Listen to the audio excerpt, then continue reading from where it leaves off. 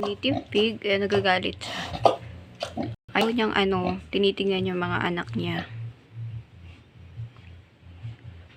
7 yung anak niya, ayun 1, 2, 3, 4, 5, 6, 7.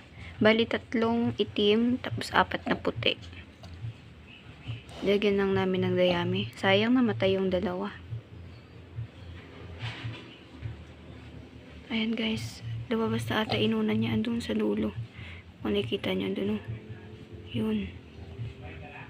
Lumabas na inunan niya. Diba? Tutulog sila. Eto, sayang may namatay. Yan, 2. Ayan yung isang. Tingin ko buhay lumabas yung isa. Laki pa sana. Hindi naagapan kasi nagagalit yung native namin kanina eh. Tapos eto yung isa. Para siyang mummified. Patay na, lumabas yan isa. Tapos itong puti. Ayan, sayang. Pinakamalaki pa naman sana Ayan sila. Ayaw niya magpalapit guys. Pero kanya nakalapit ako kaya napunasan ko yung mga anak niya.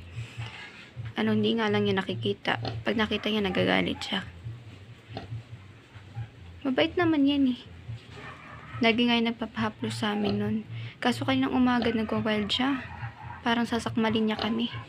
Hindi ko alam bakit. Yun pala, manganganak na siya. Kanina iba yung huni niya. Ganyan na. Tapos, parang kumakain na ewan, ganun. Pagtingin ko may nakalabas na nga siyang anak. Grabe yung wild.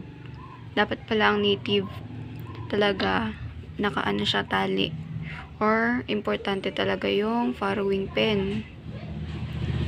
Dapat nang pina-AI, nag-gestating na agad siya.